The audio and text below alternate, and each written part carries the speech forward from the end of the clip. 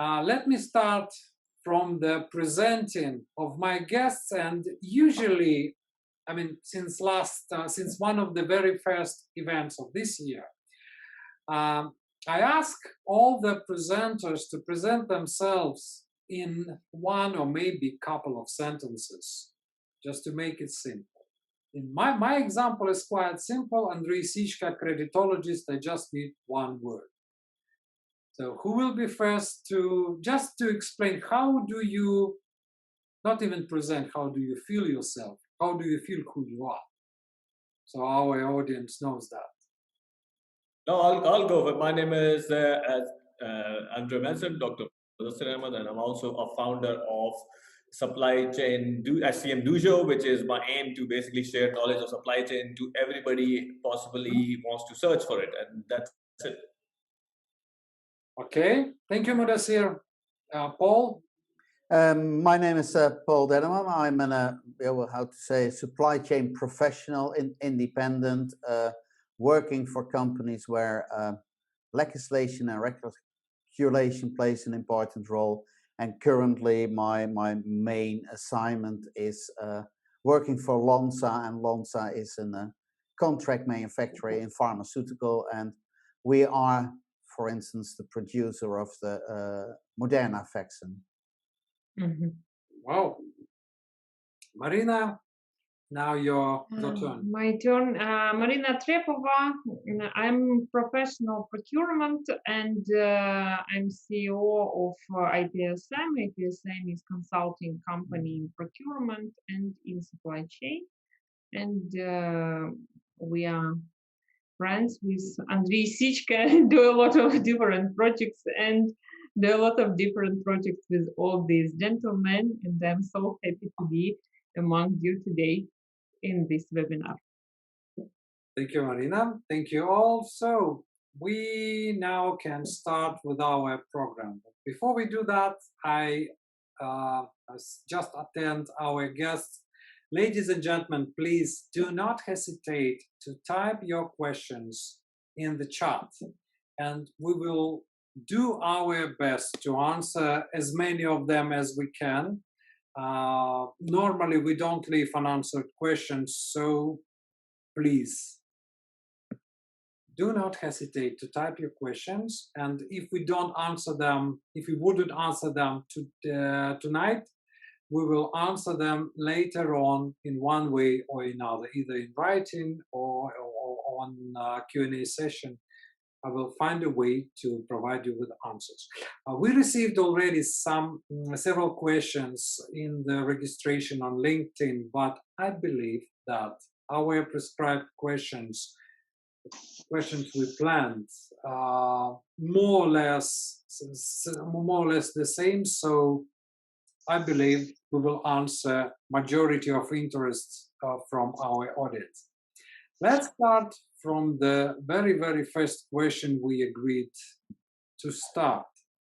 I mean, we prepared the question, what is behind the supply chain risk? But I believe before answering this question, we need to outline a bit.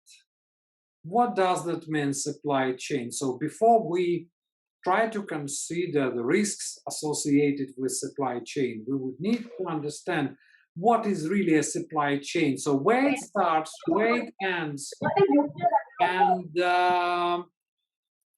then we will see what risks it brings to a business. Free choice, who's going to be first? Paul, Muddassir, Maryna. I could not be first being host.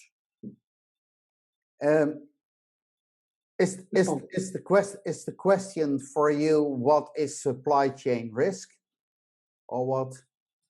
Let's start from defining what is supply chain and then try to see what risks it brings. Okay, supply chain, that's rather easy. Supply chain is bringing something from, let's say, the source to a final destination. And normally we look in let's say, in entities. We have a supplier, we have a producer, and we have a consumer.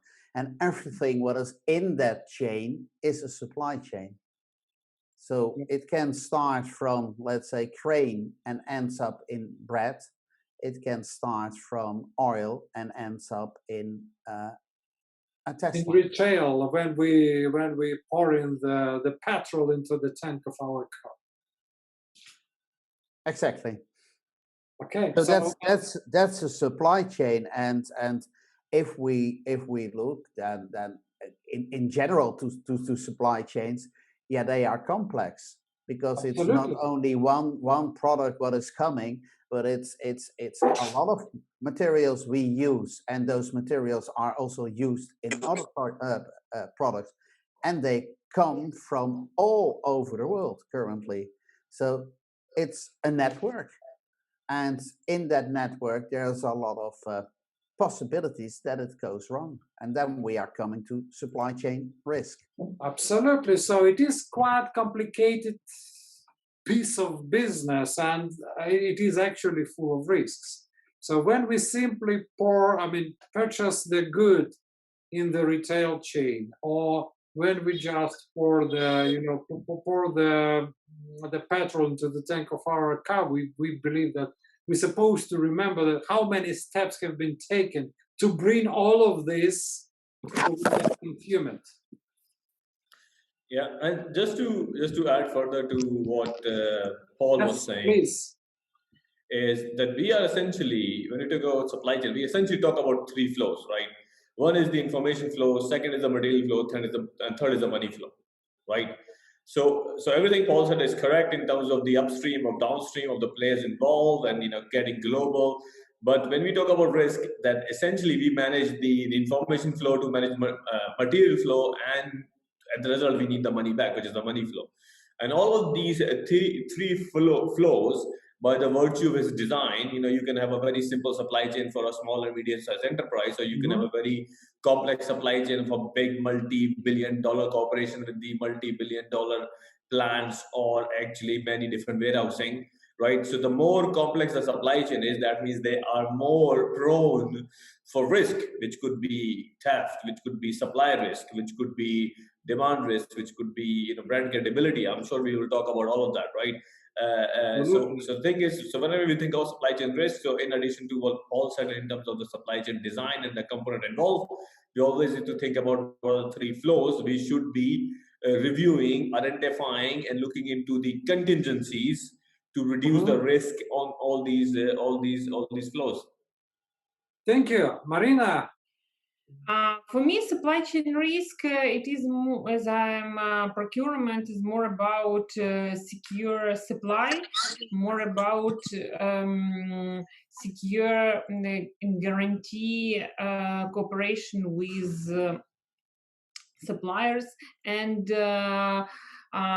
unstopping material flow for our production. Yes, and yes, of course, I agree that first of all, when we are talking about supply chain risks, we need to understand the design of supply chain and understand where the highest risk and how to manage, how to mitigate them. But if we are talking about procurement strategy, supplier relationship management strategy, etc., we should manage these risks and implement them in the procurement strategy, and monitor and mitigate this risk together with supply chain team and together with other internal stakeholders and colleagues. Thank you. Thank you. I got nothing more, nothing to add, because everything is already said. I better keep silence, especially as we got two doctors here. So let me try to stay as humble as I could be.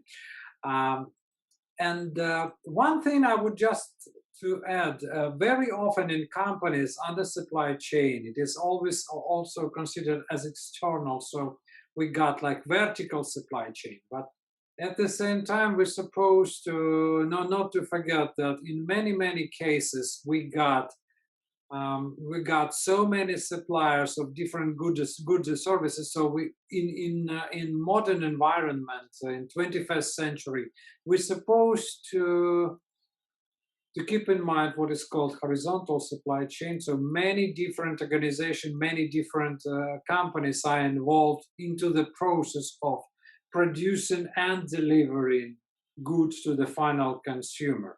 And if we just look at this, at its complexity, we do understand that, you know, as we already mentioned with Paul, it's full of risks.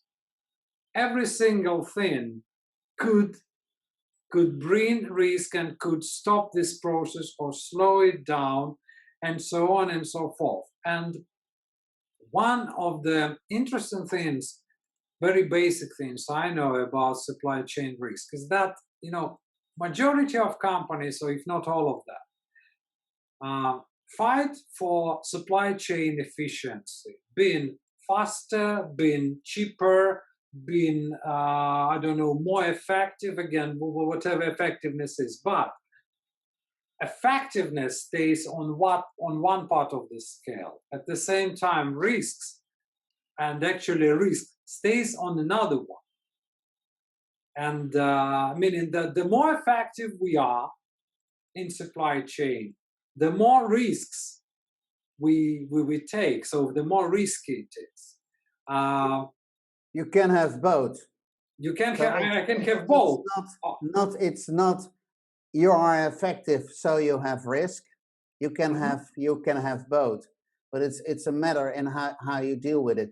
But maybe go one step back in what types of risks are what normally is being seen, because some are mentioned. Of course, we have let's say normally we take 5 categories of risk in that part. We have the economic risk, something is going wrong.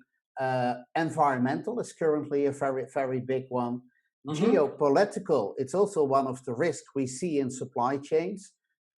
Societal and technological. So that are types of risk, and what we see in general in that supply chain landscape is that what we think what would be a risk is changing over the years.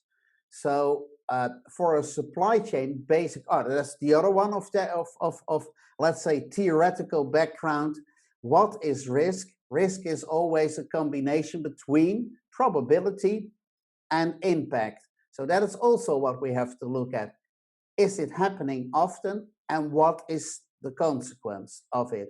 So can take an example, what everybody knows, COVID, probability was not high, impact is very high. So that's a different type of risk than that a supplier is late. Probability is high, impact is usually low. And that is key in supply chain risk, because in our system, we do something for basically the high probability, let's say low impact risk. The system, our supply chain system, is absorbing that, the procurement risk, everything around. What we cannot deal with is what we call the systematic risk. Low probability, high impact. COVID is one, but we had one recently in the Suez Canal. That is something what is going on, and basically then we put a measure on our supply chain is designed to deliver value all the time, but for the systematic risk, we see that a supply chain can bring negative value. And that's what we have seen in those 2 examples in the past time. And that is the interesting risk for supply chain. Yeah. I mean, the only thing I would add, I think the Paul explained the types of risk here very much, which also bring, I think just to add in terms of what Paul said, you know, a brand identity risk which comes with it. So for example, if you fail, you know, if there's an quality failure, you know, there's a classic example that a big company needs to recall their product, right? And there's a risk of leaving the bad product out there, but there's also a risk of your credibility if you basically leave, you know, do the recall and then you don't satisfy the product, right? So this is a classic supply chain problem, and you have to make a judgment in terms of is there risk of leaving the call, or is there Hello? Please go on. Yeah. So that's pretty much it. And the two examples given by Paul is correct. I mean, but as they said, with every possible risk, there is a big opportunity comes with it as well. So not risk is not at all the bad thing. I mean, just follow the example of what just happened. COVID came in, and there was a container shortage because the famous saying goes, or the theory is that the containers was in the wrong places and they could not move. Right now, a container which could charge easily from Thailand to UAE or Saudi Arabia, $1,800 and average now they're charging $8,500, right? So essentially, people are taking advantage of a shortage in supply, which is caused by the COVID. But now the shipping companies are making billions of dollars. I mean, they made 4 billion plus in last 5 months, right? And there is no stopping. So there is unfortunate situation there when the risk happens, which is, as Paul explained very nice, rightly, a low frequency, high impact, and vice versa. It brings the opportunity. So the thing is, who takes an advantage on those situations when there is risk, and how you minimize risk to your own supply chain. So that's important to consider at the same time. But it's also interesting what Muddassir is bringing, because in risk management, we tend to say that risk is negative, but it can also be positive. Yeah. Can you please elaborate? A lot of companies who have taken advantage of, let's say, the last pandemic, what there was. I'm working for one, so it went very well. But others may see it as a negative part, and that's also interesting in risk. I mean, obviously, loss for one is a bonus for others. That's could be considered like this. But how would you define, maybe, because you started all this discussion about if there is transferring, or let's say converting risk into opportunity. Because I just want to to stay with you on that moment, because you said that we could have both. To me, that's quite interesting concept. It's really new for me, because I mean, from my actually very narrow perspective of credit management, I understand that taking credit risk brings more profit, and so on and so on. But we become more efficient, we earn more money, but we take more risk. And if one day this will be materialized, this credit risk will be materialized, okay, we might end up in very unpleasant situation. But if you say, okay, I mean, just to have an example, to enlarge a little bit my knowledge, how you see we can have both efficiency and low risk. I mean, if we increase efficiency, we do that at cost of higher risk. Usually, obviously, I continue with my example of credit risk. We may cover credit risk with something like with bank guarantees, with everything. The same story, by the way, with suppliers. But the problem is it comes with the cost. And if it comes with a higher cost, we're supposed to have lower efficiency at the same time, because efficiency means, I mean, if we simplify efficiency in financial terms, this is just lower cost. Efficiency is not only cost. Yeah. Sorry, Paul, please go. Yeah. So normally, and especially if we look in supply chains, efficient means usually doing the things first time right. So that's saving indeed cost, and that's not opposing more risk. So that might be in credit management in a different way, but I can make a process more efficient, getting it flow better, cutting out some change of it, what also brings less risk. So if I do, for instance, a direct shipment, so I bring something what is fragile to a distributing company, from the distributing company to a retailer, and then to the consumer. I have several points where there is risk. Once I bring it, drop ship it directly to the final customer, I cut out some parts, reducing the risk, but also reducing cost of inventory. So in supply chain, I think it works somewhat different. Most of the time, more efficient is less risk.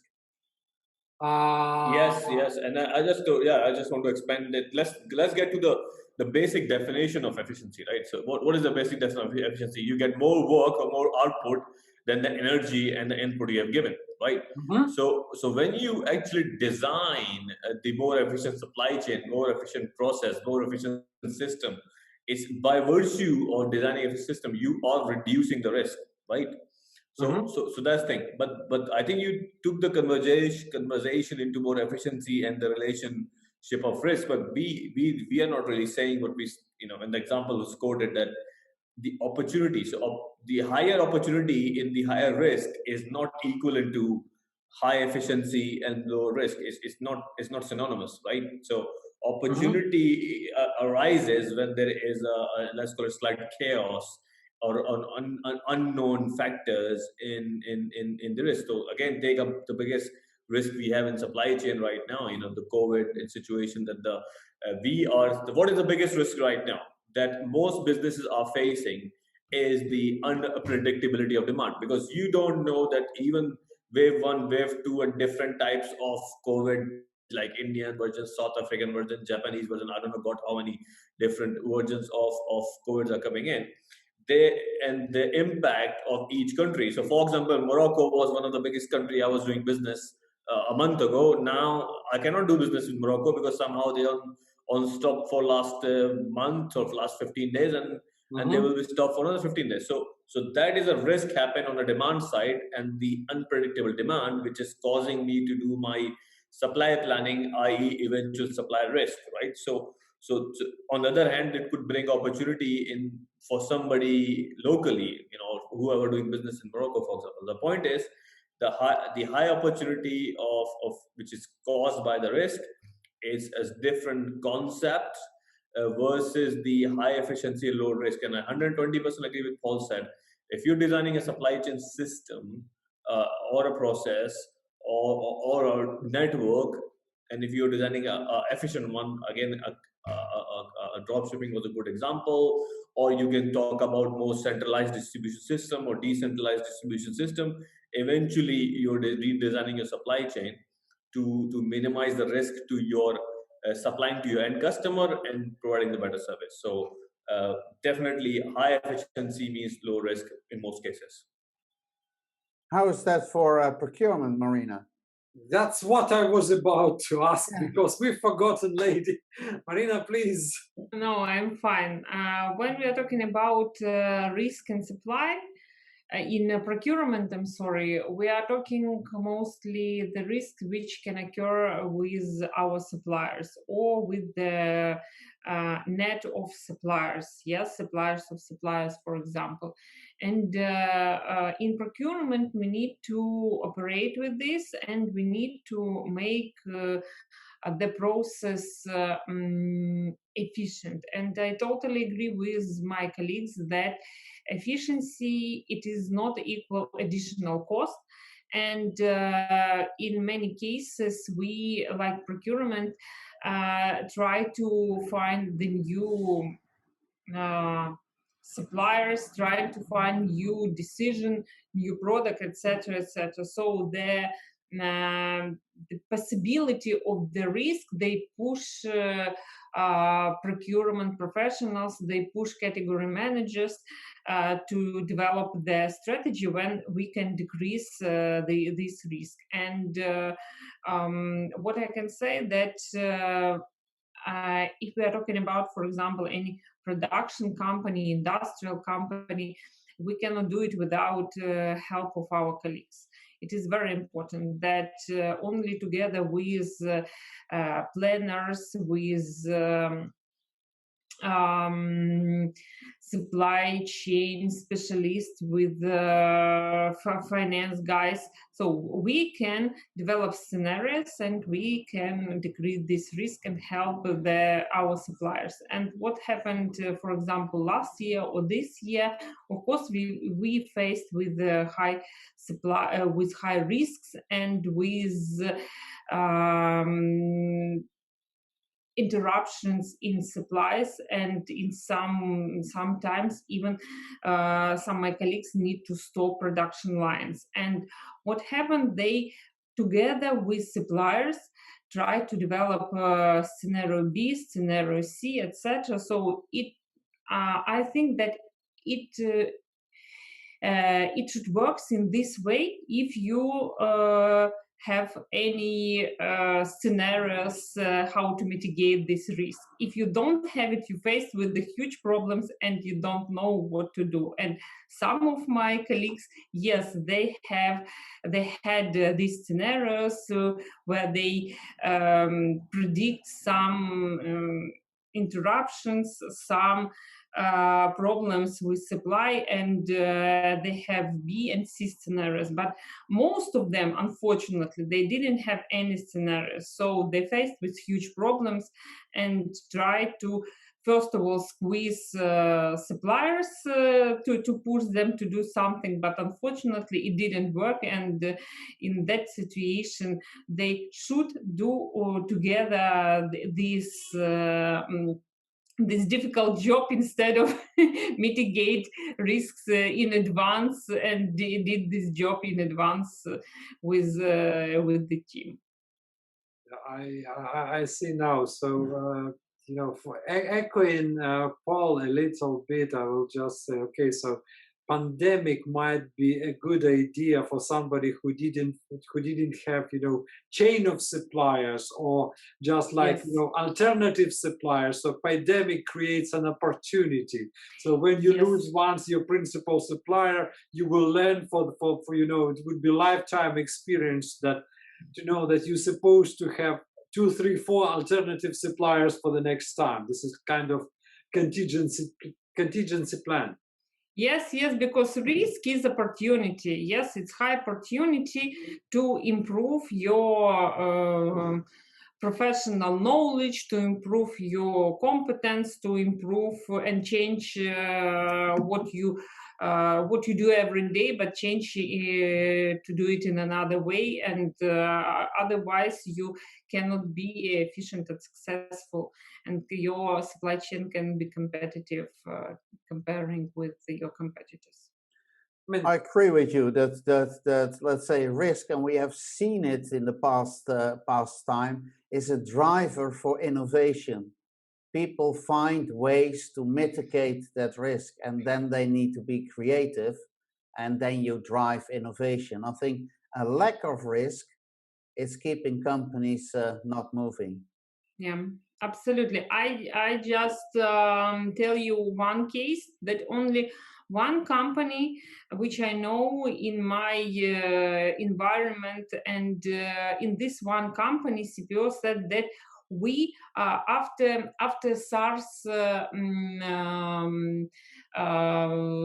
not pandemic, but but problem SARS, which we had couple years ago, they developed scenario when they obligatory should have in warehousing some masks and gloves, so some storage of masks and gloves, and nobody else didn't develop this scenario. So they didn't use these masks and gloves, but they had it. And when we faced with leakage of these very simple things to protect our health, so they had it for a couple of months, and they were protected, and their employees were protected. So very simple scenario. Nobody else in my environment, nobody else from my colleagues, they didn't have this storage. Well, we might come back to Nassim Taleb, who says that. I just want to extend this whole point of Paul in terms of the the risk and driving the need for improvement. So if you think what happened with the COVID is we were not allowed to travel, go see suppliers, and even go to the office. And suddenly this whole culture of working from home has been forced on us, right? So it's been forced upon us. Similarly, that has driven the, let's call it, a technological innovation, and is also forced upon the need for more driving more, let's call it, more digitalization in supply chain, right? And suddenly, in last 12 months, you will see there's a huge amount of money coming in, money pouring in into the companies who was maybe the startup focusing on digitalization, or more supply chains are coming into the play. I mean, the classic example of I never heard of Zoom before COVID, and suddenly Zoom is or Teams are the most frequently used software on my laptop, right? And this is very simple. Two examples that I cannot live without Teams or Zoom in my phone or my laptop. As well, I mean, we are conducting this webinar as well. We met face to face in Ukraine. Now we wanted to, we couldn't able to meet, and now we're having this webinar, spreading knowledge to the people we probably never have thought we will, right? So this is a forced upon innovation and desire for digitalization, and thanks to COVID. So that's what I would say. Well, It's a it good would be example. interesting to consider the scenario, by the way, if the same story we have now, well, we had actually with pandemic would happen, let's say, 40 years ago. We have no Skype, we have no Zoom, we have no communication. We don't have even telephone connection that, as wide it is used to be. We don't have mobile telephones. Not everyone had a telephone home. So how can we work? I'm not bothered because I wasn't born, so I'm all right. So okay, so you will sit and meditate, and you will use this how to say astral, or through the connection through the space. We might have this might be also an opportunity. We will develop a telepathic connection. I believe this would be even better, but unfortunately this didn't happen. Well, we had a lot of drastic examples of supply chain risk materialization, and I do love, with except for his attitude to credit risk, Nassim Taleb, who says that, and Paul already mentioned these interesting examples, but when we got high impact, low probability risks, which could be extremely drastic, but at the same time, if we at least try to preview that, or just try to define that scenario, their mitigation or their prevention is quite easy. Like terrorist attack on the plane could be stopped by simply, strong door in the cabin of the crew. What are the most drastic, the most dramatic scenarios you observed, or you may presumed, or you may be, research in your life? So if you can share, we already seen pandemic, we already seen Suez Canal, we already seen Egypt. That was quite nice. I mean, what else? I mean, with Suez Channel, I was absolutely surprised because it was stopped for how many days? The whole. Let me first go at this, and then let Maryna and Paul can dip in. So on one hand, I just mentioned the enforced digitalization and use of the digital tools, or let's make it even more simple, more reliant on the information technology to do our business. Again, coming back to my initial definition of supply chain, managing the information flow to manage material flow. And most of the supply chain, unless you are in a warehouse, you are sitting on your laptop using some kind of software to communicate with your upstream suppliers, to your customers, using some, and your database all in your laptop in some kind of cloud system or not cloud system, which all of that is actually imposes a great risk of IT security. For me, if you ask me, IT security is one of the biggest risks right now in the supply chain, because the more IT system we will use, that means we are more prone to hackers. And I recently in my business encountered a real scenario where a hackers has hacked the internal communication between my business I work for and with customers, and you don't realize the information is hacked. So somehow I was communicating to a customer, or sorry, customer think they are communicating to finance and LSM team of a supplier, but that actually the information was hacked, and the hackers was trying to behave like a supplier, and they are forcing customer to pay them on the different bank account, and to basically to take I've it to the seen next that level. example. Yeah, to take it to the next level, they have used AI to call one of my team members, copied her voice, right, and then recreate her voice, calling a customer, confirming, yeah, I just send you an email, please change the bank account and send the material. And I can't even tell you the number, the loss was in millions, right?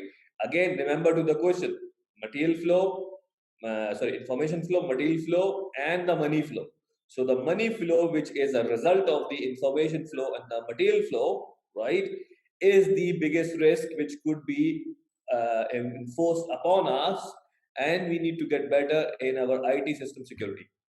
So it's ID system, or this is data corruption. Let's put it maybe this way. We were speaking not data corruption. I'm talking about basically save ourselves from hackers. There's a bunch of hackers are waiting for businesses to hack. Data leakage, I would say, not corruption, but leakage. No, it's not leakage, I mean, because this is alternation of information. I've seen that, observed similar situation. There was an email sent from nearly the same email, just one letter different. And they requested, can you please pay us to here, to there, and because people are working, you know, in rush, they work, you work with a high speed.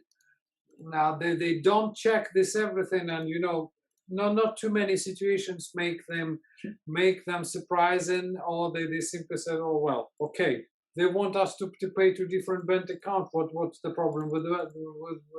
With that we will do. And then what? So I mean, we don't feel $1,000 or $1 million or $10 million because we don't get it in our hands. For us, it's just a line in the database. It could be. Paul, maybe you have a great example. I believe you should. Yeah, I think it's close to what Muddassir is mentioning. There are, by the way, several examples where some guy is sending an email, so-called from the head office, and you need to transfer some money because we have issues with the bank accounts, and indeed that's going about millions. There are several examples. I think there's even one guy, I think he was from Israel, who was managing to do that with ministers of countries and get hundreds of millions that way. But my example is more close, not yet mentioned, in the part of hackers, but of, let's say, piracy in that one. They hijack your system, and that's regarded as one of the biggest risks, and we do not see how big that can be. But the example is Maersk, where, by the way, a Ukrainian tiny program caused an issue, what went all over the world, and costed Maersk between 300 and 500 million euro because all the systems went down. You would think that it's only one, but it's happening all the time. I think when I was in Houston a couple of weeks ago, the same thing happened. There was piracy. They hijacked the oil pipeline, and they asked for a ransom. So that's one. What is I think with all the digitalization of our work, that's a big one. And another one, and then that must be in the line of Andriy. What I see in the projections of risks, what, let's say, top managers are seeing for 2021, One is interesting, and that is debt risk. That is one in the top 10 of risks which is being brought forward. So thank you for good news. Yes. Thank so you very much for good news, because I thought that I won't have anything to say, anything to mention, but I will keep it. I will keep it for the end. And Maryna, maybe on purchasing side, on purchasing, procurement, or just your business experience, whatever. Thanks God I didn't have this experience, but I know that when you don't have enough control in, especially in P2P process, and especially when we are talking about the documents and invoices and the payment process, so it can happen that as you say, almost everything almost the same, but changing one letter or one number, and you don't understand where is mistake, so you don't feel.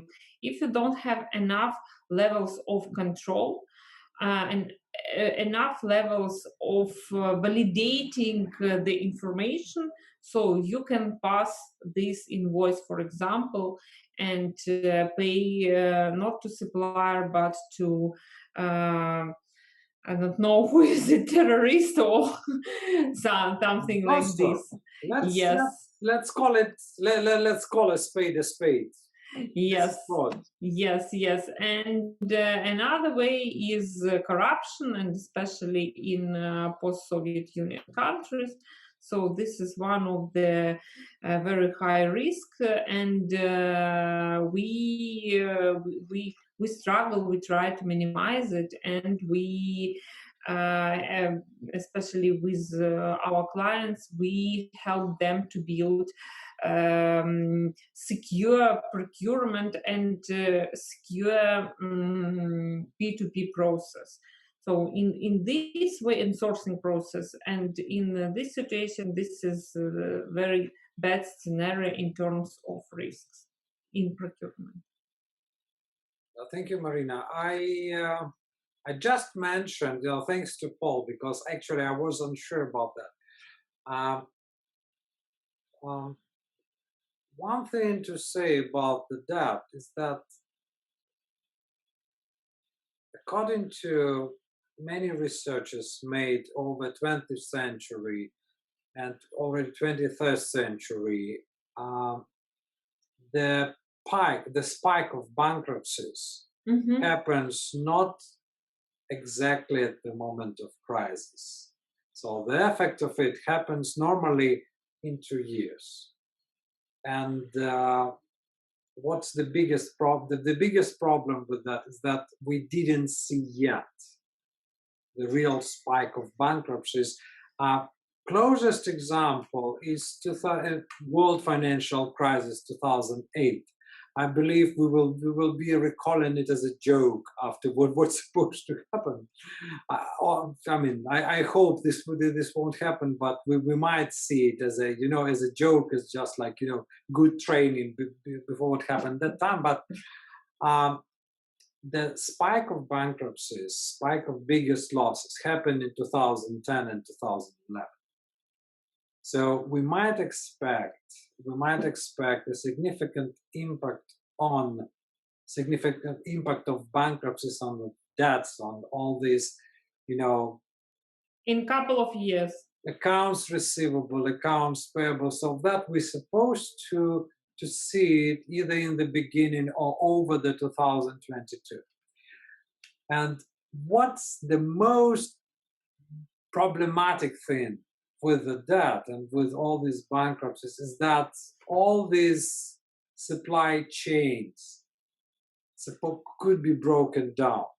We used to order goods, or we used to order services from the same suppliers. They do their best to do, but what I always say, what is the relations between procurement supply chain and credit management.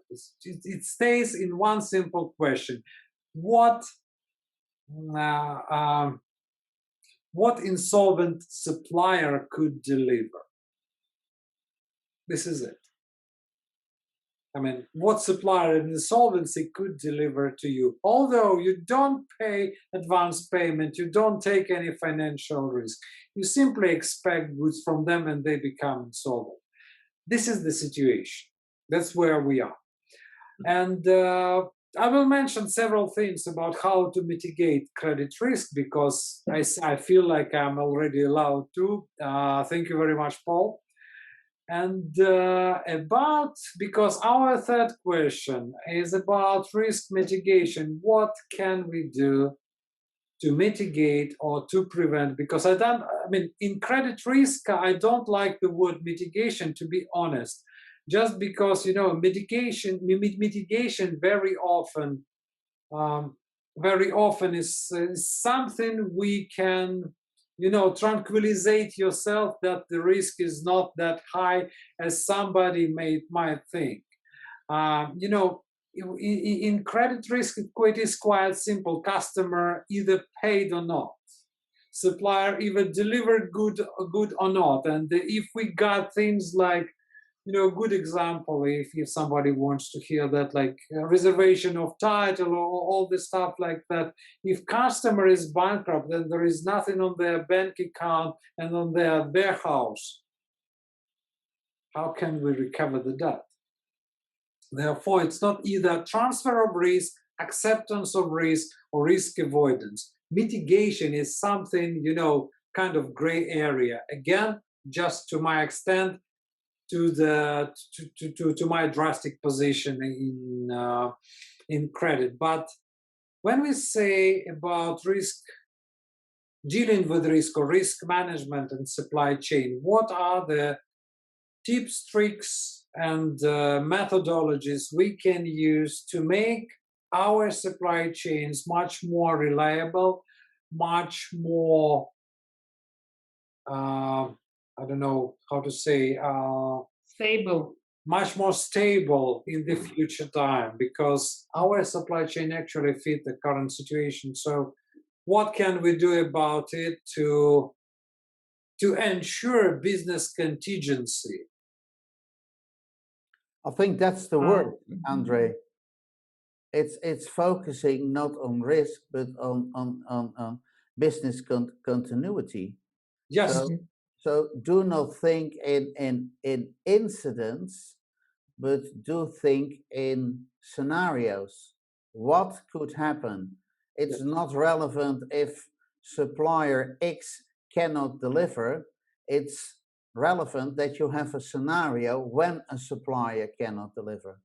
And I think that should be the change. I think then you will survive. Also, coming back to the pandemic, there were a lot of scenarios that this could happen. What we didn't look at it as governments. So we bypassed it, so we were not prepared. And I think you cannot be prepared for everything, but you can be prepared for scenarios, for low probability, high impact events. Like fire, you have prevention on it, you have scenarios, you have exercises, drills to do something. Why aren't we doing that for the supply chain? It's a good question.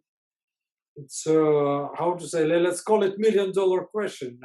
Yes. Did we look at this scenario? Did we prepare ourselves for something like this?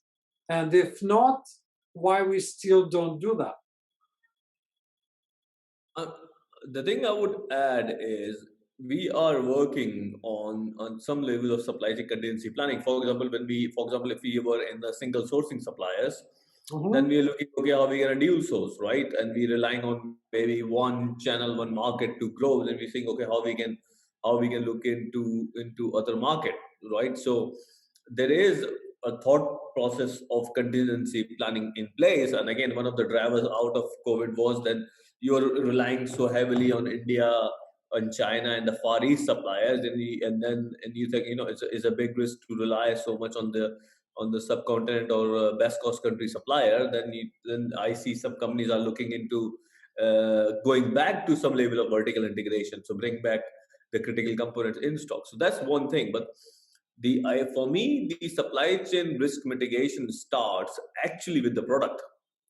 So what people don't think about, especially when you think about supply chain, is all about, okay, who is the supplier, where is the warehouse, the lead time, the quantity.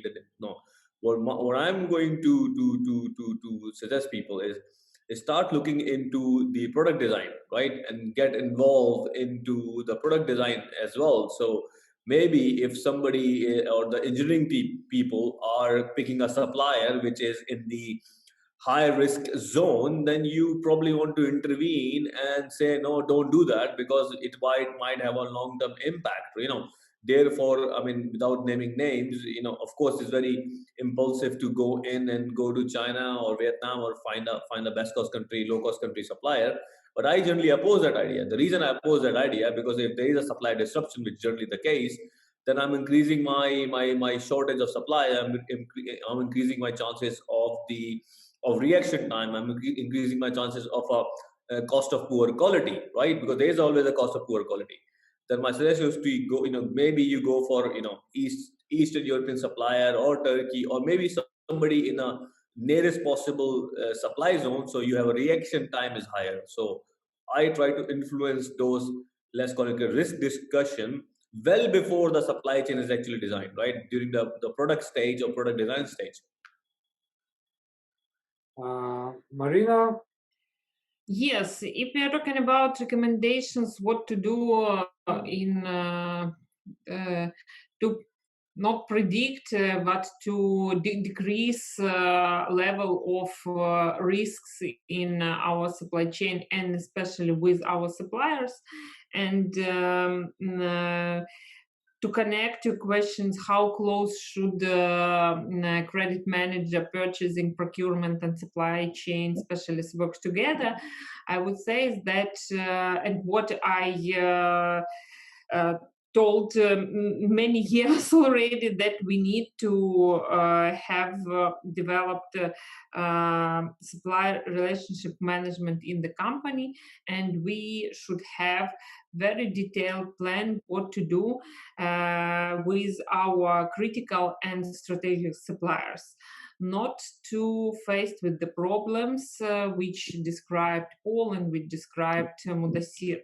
And first of all, we need to implement security check, due diligence, and I would say health check of the suppliers. Because now, do you hear me? I do hear you. Yeah. Okay. Now we don't have bankrupt in our supply chains. Yes, but in couple of years we faced with the chain of these very loud, maybe not very loud cases with bankruptcy. And what we need to do now, be very close with these suppliers, know your suppliers program in the company, especially for strategic and for very important suppliers in your portfolio, and do it step by step, and be close with your suppliers, understand what happened, what potential can happen, and of course you should have B and C scenarios, and predict what you can face in the future. And now to prove and to deliver the case for my previous recommendations, to support my previous recommendations. Now we have the problem with chips in the world. So I don't understand why big producers, huge producers in the world cannot predict the situation, especially when we have only a couple companies which produce these chips, and now all big producers, car manufacturing,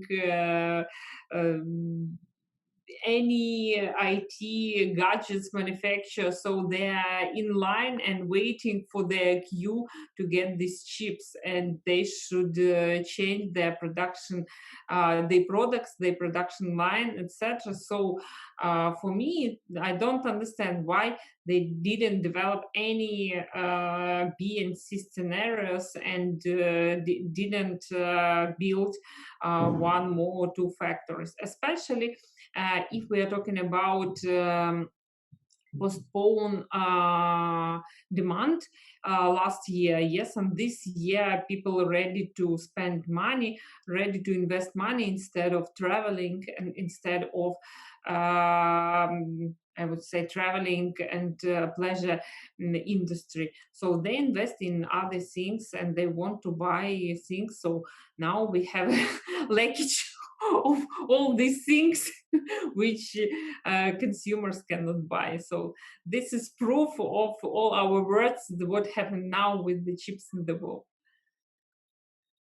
Maybe Andrei, I want to respond on two questions Syed asked in the chat, if it's okay with you. Just a second, because I promised Muddassir that he could be released at 6 p.m. Because you already started your answer. I have no issue with that, Muddassir. I do thank you very much for joining us.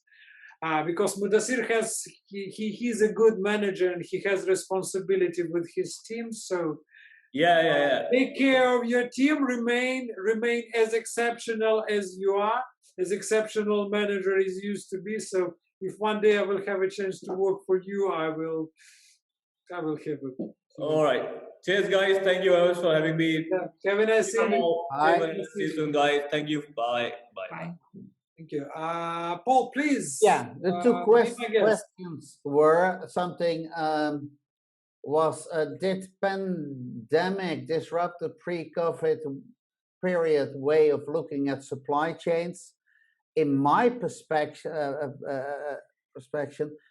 yes, we are faced with problems, and I think one of the biggest ones is that shipments stopped, that supply stopped. We see shortage at this moment, and I think in a lot of companies they became aware that the supply chain is sensitive, and that it was already mentioned in part that we have to reconsider the concept of single sourcing, that might be too risky. The second remark was what Syed made was about, yes, we have business continuity. Indeed, most of the companies are having that as a paper thing. They do fire drills. They look what did happen. But when it actually was needed, only a few companies were able to do something. And it was 1 year ago, over 1 year ago, when the COVID situation started. Most of the companies did not know what they had to do and how they had to survive. And in my opinion, I think business continuity is not that paper drill. It's knowing what are my critical products to survive, which critical processes are supporting those parts, and then find, based on scenarios, what can you do? And updated it, train it, do it every time. And I've heard the example for Philips. They have a brilliant business continuity system. They already started to inform the top management in December 2019. This is going wrong in China. We need to adapt. And they did it. They, of course, they also have losses, but they did that adaptation already before everything came. And I think that is the powerful part of scenarios and of business continuity in that one. So I wanted to respond on that. Absolutely. Because I saw the question. Paul, thank you very much for taking this initiative. I just wanted to give an example, my favorite example. you know, all credit managers and all credit analysts are taking everything back to Enron.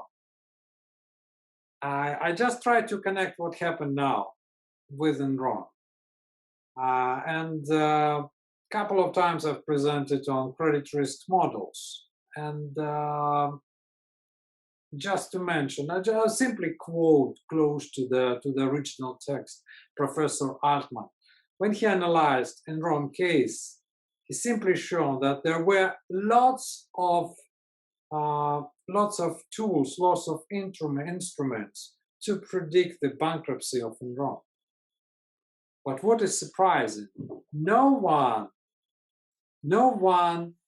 finance partner, no one of suppliers have withdrawn their credit facility.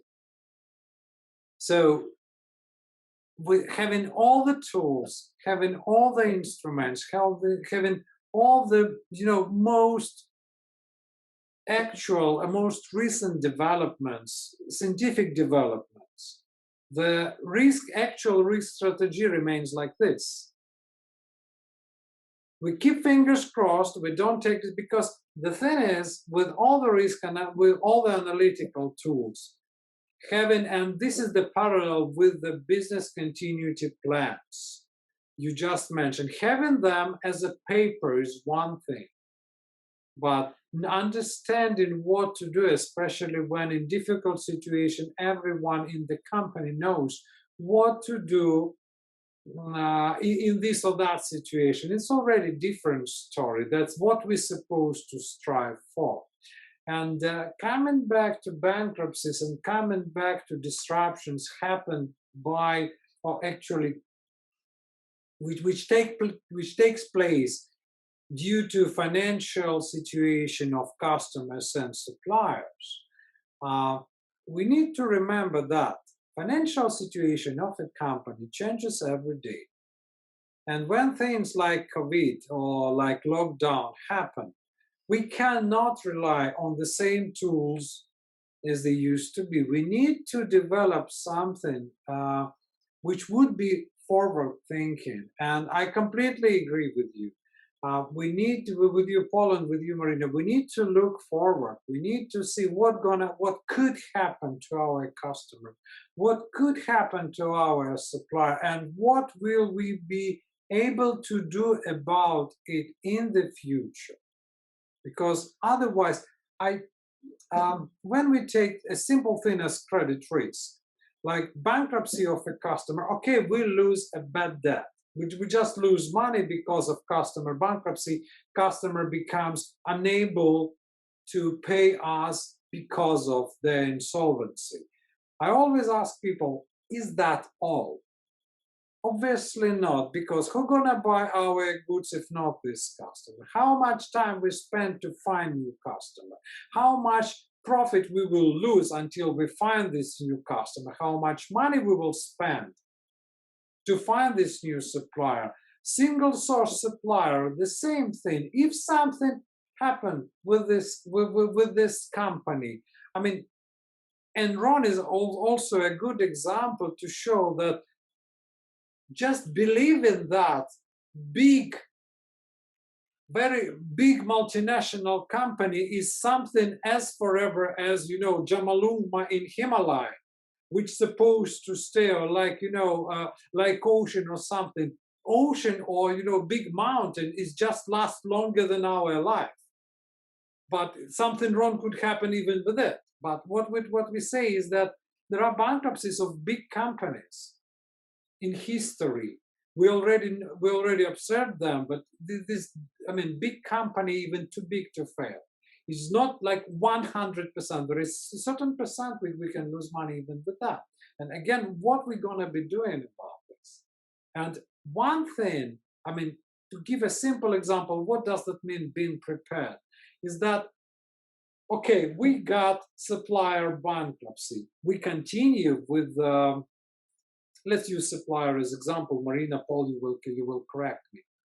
There are two different stories. If, for instance, we got single source supplier because we got good price, good terms, everything's okay. But if something happened with this supplier, at that moment, we might start thinking about new suppliers, or we might be calling for new suppliers, or yeah, we start defining who else can be our new supplier, or continuing with the same single source. We might have a plan, so we know this. We've got list of alternative suppliers. We already have, have a preliminary discussions with them, so we know who to call. And this is again about, I'm sorry for mentioning that, this is all about time and money.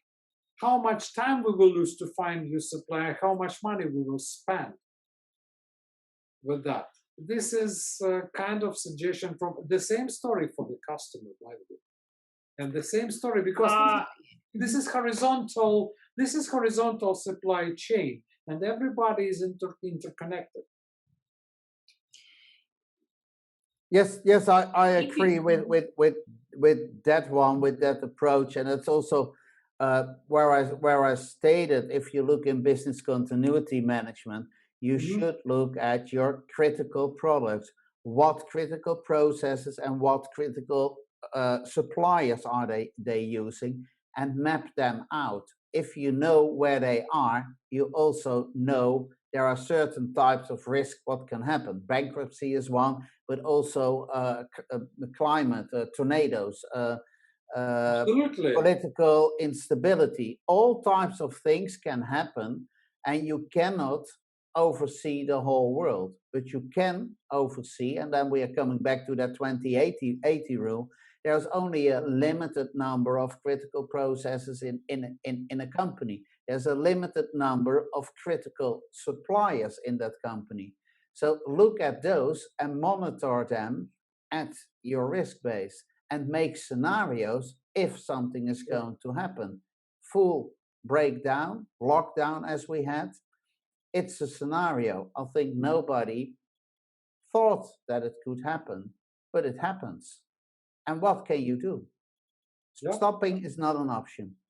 Yeah, obviously, the only way to avoid risk is leave the business. Just get out of business, and you don't take any risk. Yeah, stay home, close the windows. If you can afford it. Yeah. So, but nobody can afford it. But I'm interested in that part what you mentioned in Enron, and if we look to 2009 with the banking crisis in that one,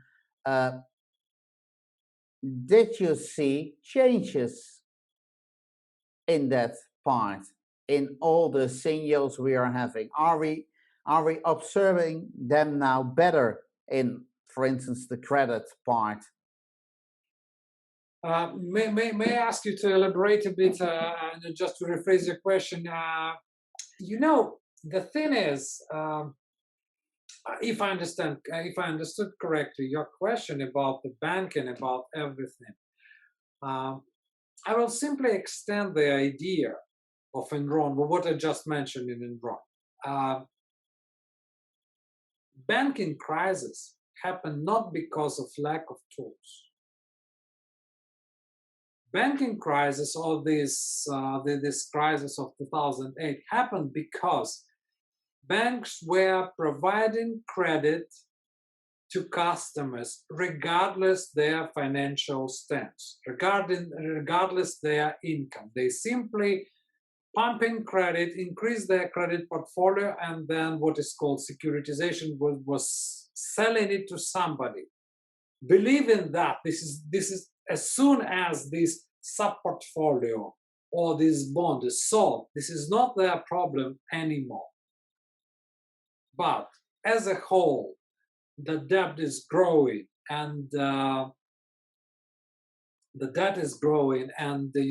risk in it was quite high. And at certain moment, it started to materialize, because if people unable to afford that level of credit, if people unable to pay that interest rate on the bank, if people are unable to repay their loan, they cannot afford this big house, and they have to sell it, and the price is going down.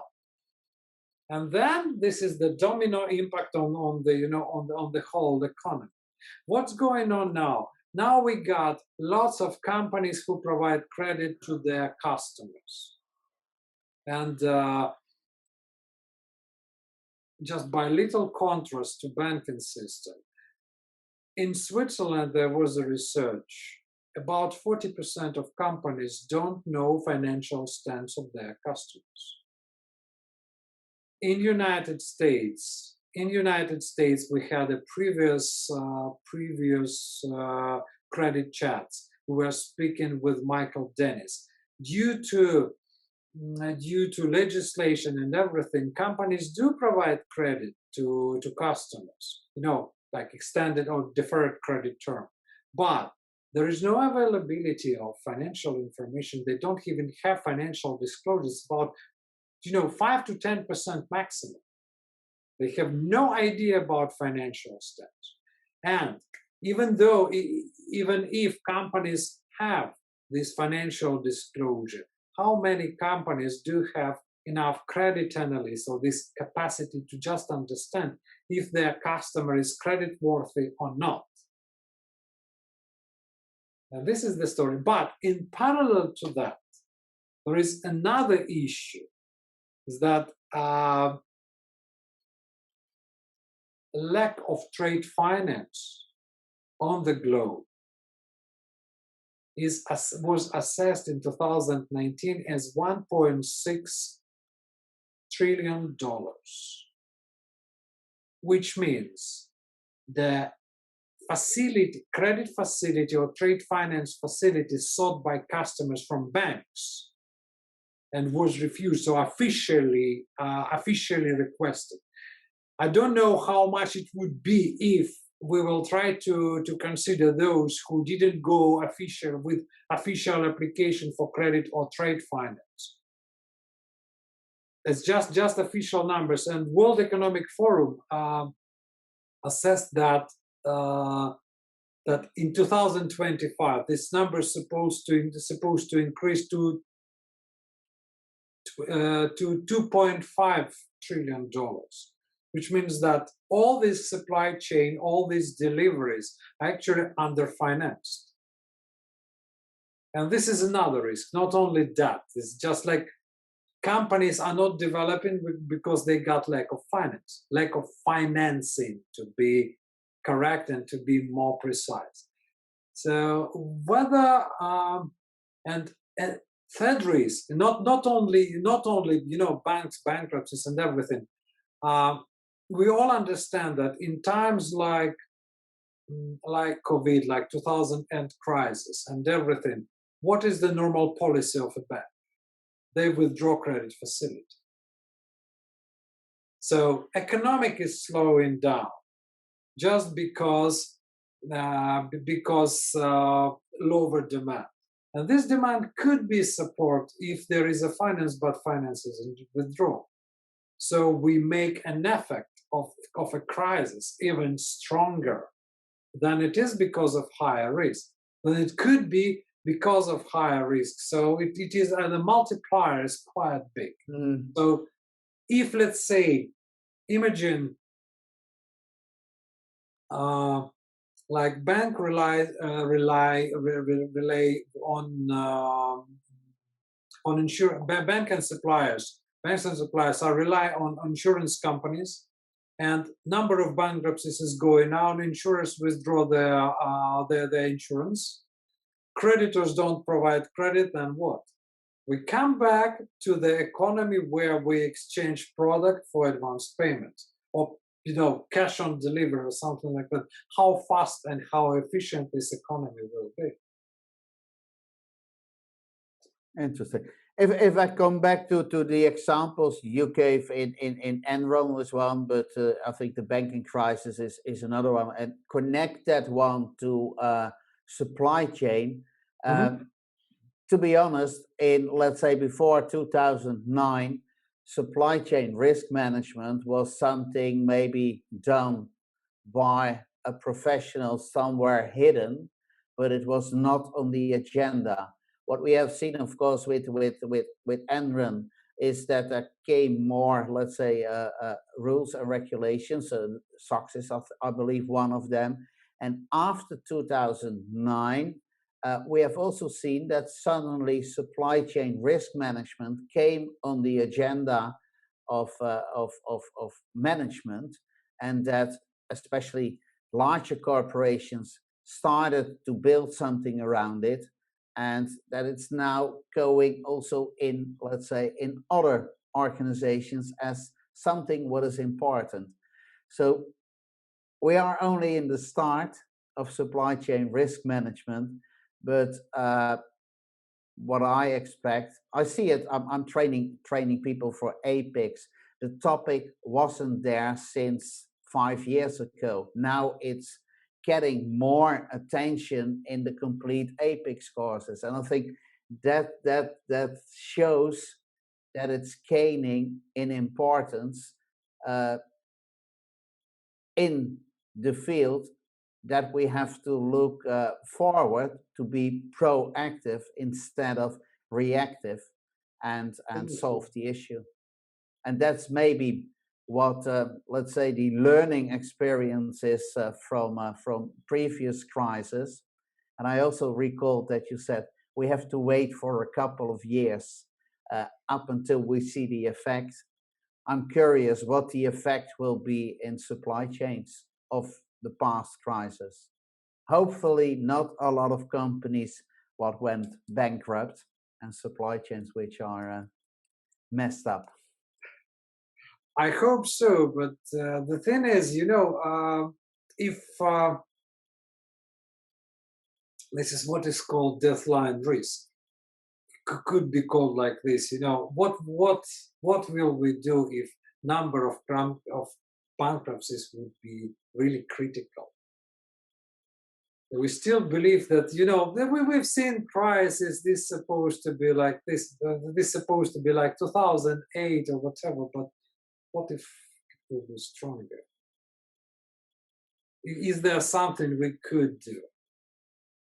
That's the thing. And but again, have we did we prepare ourselves even to you know to much more simple scenarios? What do we do about credit analysis? Do we look at our customers? And much more important, and the thing is, when people say credit risk management, they believe this is credit analysis. Credit analysis, I just want to insist on that scenario. Credit analysis was perfectly done, or could be perfectly done. Then what decisions have been made? Did we ask for guarantee, or did we put some limits that at this point, we're supposed to find another supplier, another customer, or tell me something, or we will simply continue to that, even having all the signs that we are coming. Like how probability works. You go on the road, and there is red traffic light, which in terms of risk management simply says that the risk is significantly higher than if you simply stop, wait, and go on the green light. But if you continue to go forward just like this, or just like this, or just like that, sooner or later, you will face an issue. And the thing is, if you continue with this risk strategy, and then you will change it only if you have an experience, there might be the situation when you have an experience, there is nobody to take a decision anymore. Here is the thing. I've seen, I got a customer who had to close their business just because they believed that 5 customers at the same time could not go bust. And they lost all of their receivables. Just all of them. Just all of them, they closed the business. And Maryna knows that. Maryna, we work close together. Maryna will correct me if I am wrong or I'm lying. But vast majority of cases in discussion about the credit risk with the potential customers. At the same time, we explain that how important it is to know the credit worthiness of a counterpart. And then end of discussion, can you help us to find the collectors to collect the debt because we already faced that. Voila. It's always difficult. We got a special question to Maryna, which I cannot overlook. Do you agree that risk management should start from procurement, especially in vendor selection and vendor management? Because this is just in line with what we discussed. Maryna, you don't see this question. I just yes, I don't see this question.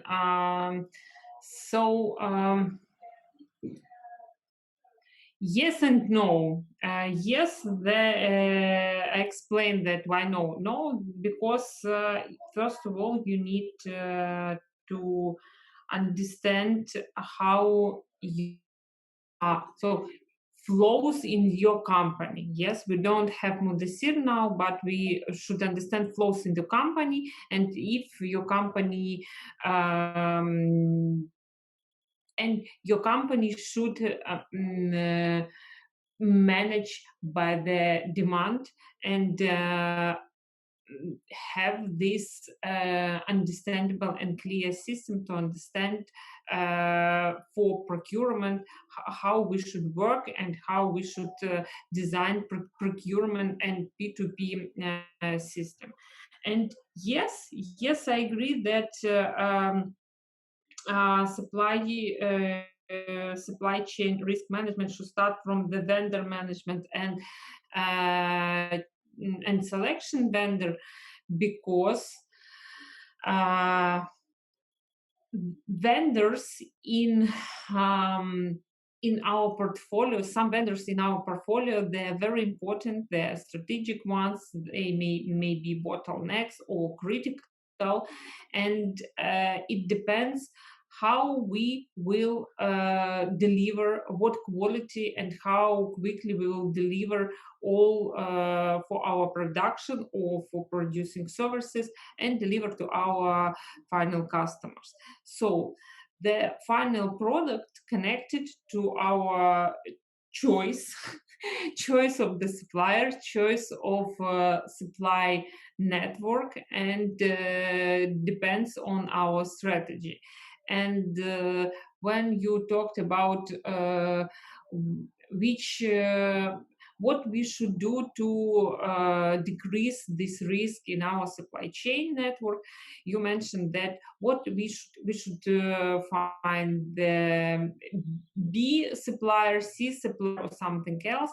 Yes, this is a number of different actions. Yes, we should find for some categories B supplier, we should search for substitution, product substitution,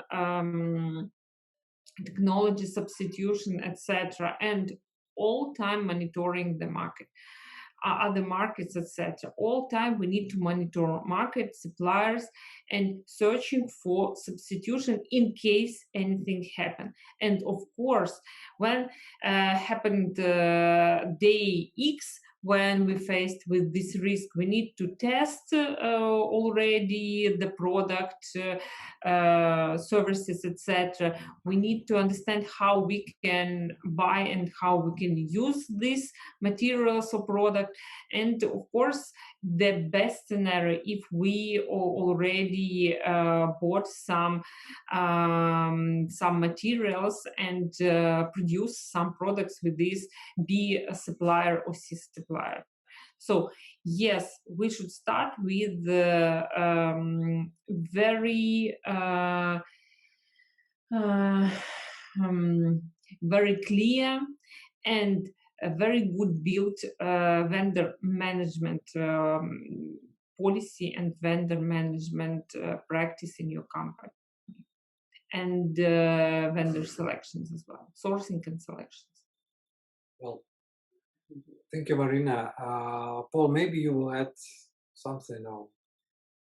Yeah, maybe one point. I think in managing or preventing on risk, we should start before the procurement. We should start already in the design of the product. In that phase, we can already get a lot out. Absolutely. Maryna is agreeing in that one as well, that she's also Yes. facing a lot of things, what has been decided already, let's say crappy supply chains, crappy suppliers, but we need to have it and we cannot change it. Yes, yes. Or for example, if procurement found some substitutions or other materials or other technologies, so we need to understand how it influences on our products and the whole production cycle. And can we change, if it will be necessary, change the production process and to change something in our product? How our customers react on this? Yeah, I've seen a couple of times situation like this, and again, just let's imagine to echo you a bit. Let's imagine we already know the supplier, we already know the product, we already know everything. But do you remember how much time it requires to sign a contract? Sometimes a lot, many days. I mean, just this, we already know, guy. We already know everything, and and then just two simple examples, because we already mentioned suppliers.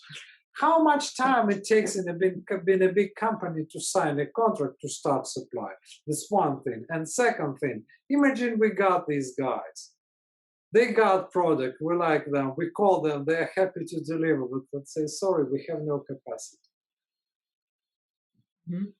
Yes. Yeah, and who's gonna keep their capacity for us for just in case? Yeah, and we go for market, and we desperately looked for what we need. Like believing that we will recover the situation quickly. I think this is the worst possible strategy in the world, because we are quick.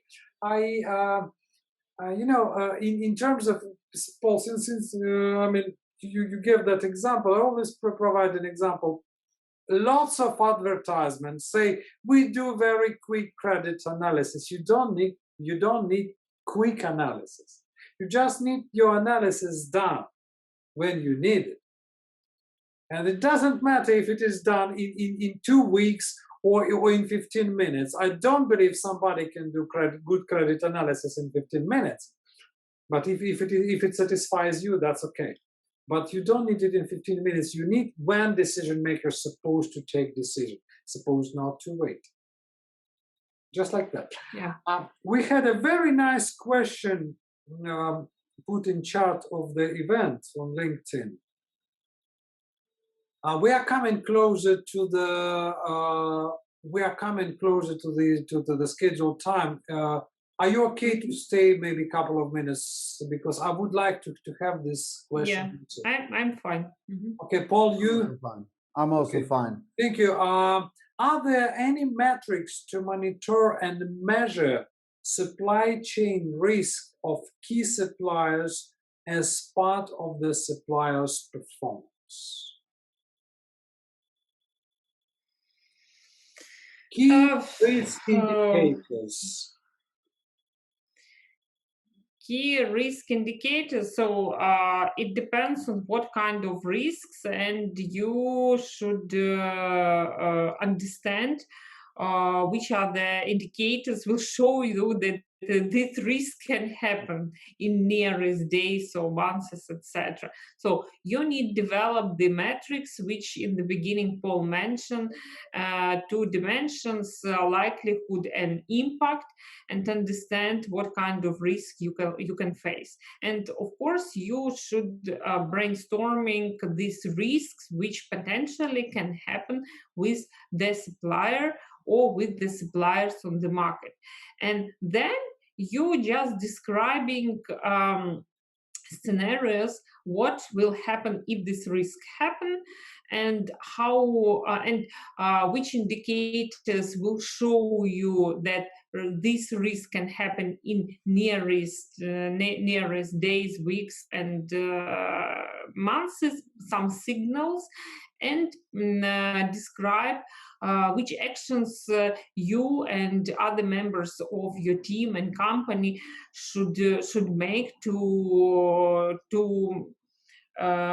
stop this risk, or to act if this risk happen, and what should you do. Yes, if we are talking about this indicators. If we're talking about how to measure the to evaluate suppliers, so you need to have KPIs in place for different scenarios and SLAs as part of the contract or separate document, so you can measure and you can evaluate all the time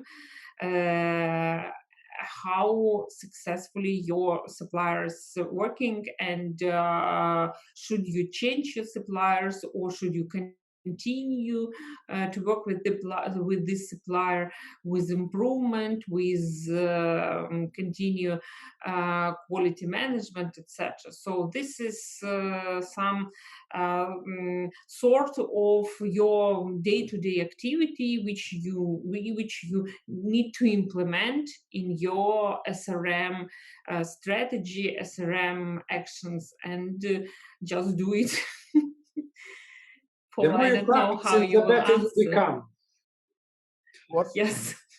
What I could think of, and of course I'm not let's say in that part the procurement expert, but use the technology or the techniques which are already there for risk management, and what is also quite often used in project management. You make your risk register, so you're going to bring down for your critical suppliers, that should not be that many, what are the risks which are there, categorize them, give a number in probability and an impact, well, it should be there, and manage what we call the risk heat map.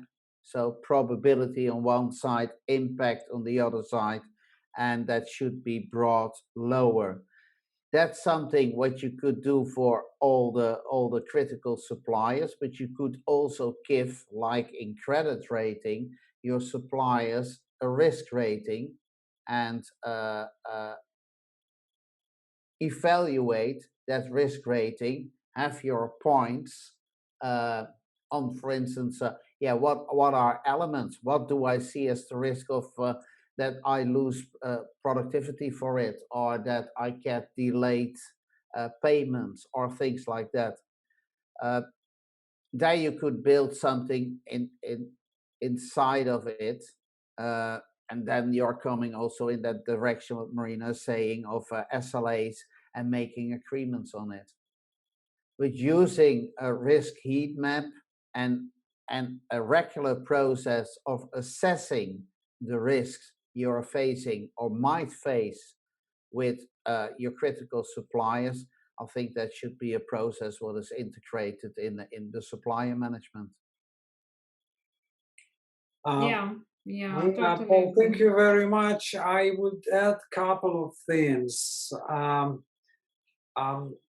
First of all, please be careful with the probability, because if probability is defined by analytical tool is one story, but if the probability is defined by past performance, I believe that this is really a stereotype that, past predicts future. It's not always it is not always the case, and many things which happen never happened before.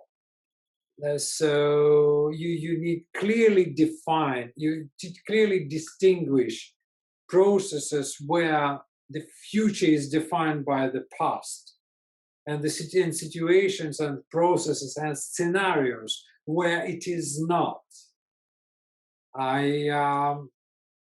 In that part, in probability, I usually do not see an analytical method. It's a judgment.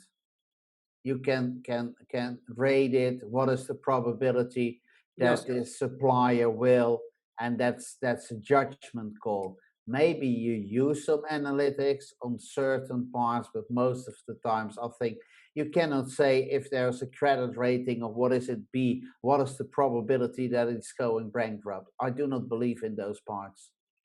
It's a judgment call. Well, Paul, you know, statistically, credit rating is actually default probability. With the transit, but it is a little bit more complex because credit rating is assigned to the issue of bonds. There is a transition table. The probability that AAA company will become triple B company in a year or in two, and so on and so forth. So it is not that easy. But the thing is, if the probability is defined by only by past performance, I suggest to be careful with that. Like, you know, lots of companies define customers' credit worthiness by payment performance, and I always give this example, which I've learned from one of colleagues of mine. No, I agree on that. I agree on that one. You should not base it on past performance. You should have on past performance only. On past performance only. I just to give a bright example. In the end, in German companies, normally, as a matter of culture, pay on time to their suppliers until as long as they can. It could be even until the last day before filing for bankruptcy.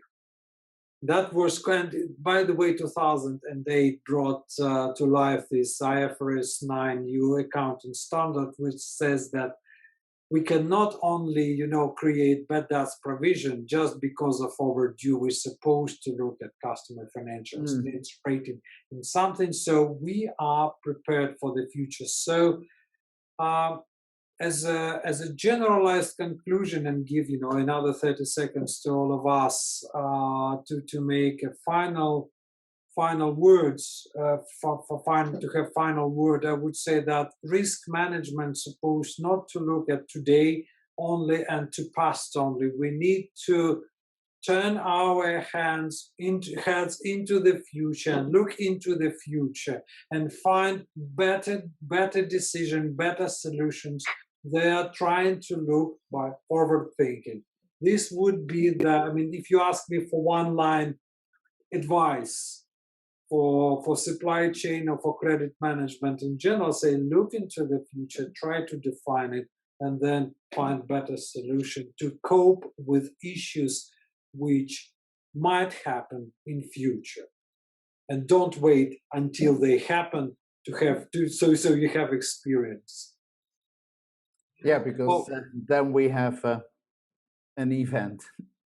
Yeah, we already have an event, but there might be a situation we already have nothing to do with that. Yeah. Yes. Yeah.